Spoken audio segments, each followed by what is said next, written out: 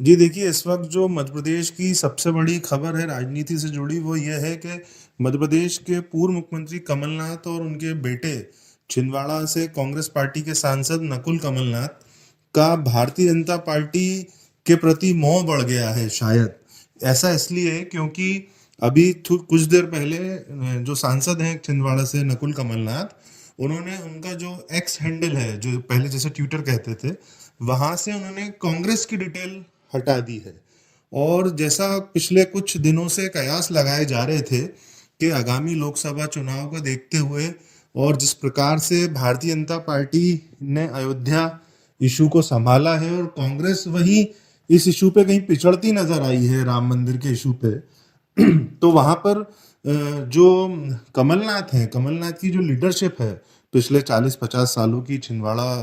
की, वहां पर उनकी लीडरशिप सॉफ्ट हिंदुत्व की हमेशा रही है और वो हनुमान भक्त माने जाते हैं। अब ऐसे में जब राज्यसभा की जो इकलौती अभी सीट थी 2024 के लिए मध्य प्रदेश से कांग्रेस की ओर से, वहां से ऐन मौके पर जैसे सूत्रों ने बताया,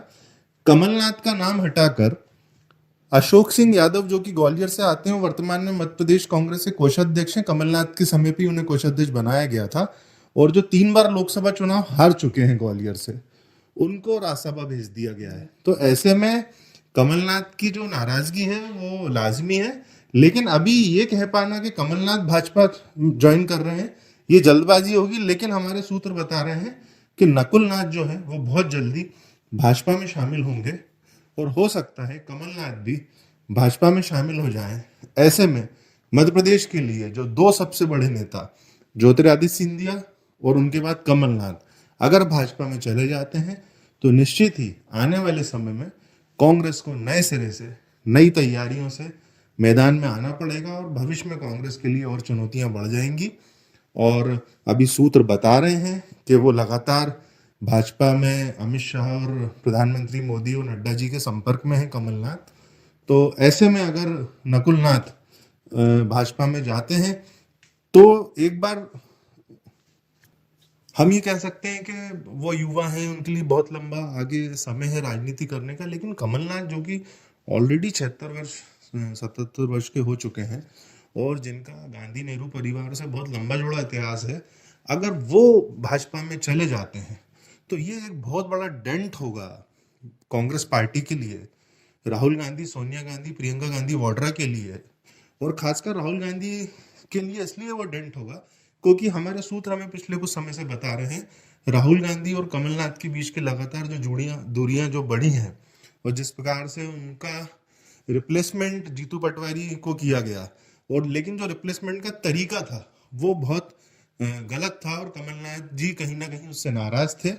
जबकि उन्होंने खुद ही चुनाव मध्य प्रदेश का हार गए जब वो प्रदेश कांग्रेस, तब उन्होंने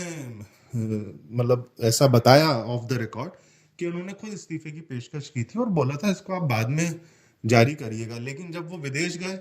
उस टाइम पे उनका रिप्लेसमेंट करके जीतू पटवारी को लाया गया, जो कि खुद विधानसभा का चुनाव हार गए हैं। तो ये कुछ आंतरिक गतिरोध है कांग्रेस के बीच के, जो लगातार दिनों दिन बढ़ रहे हैं। और अभी जीतू पटवारी के लिए बहुत बड़ी चुनौती है मध्य प्रदेश में कि वो लोकसभा का चुनाव किस तरीके से हैंडल करते हैं। तो अब ऐसे में अभी तो बोल पाना मुश्किल होगा, लेकिन जो हमारे विश्वस्त सूत्र हैं वो बता रहे हैं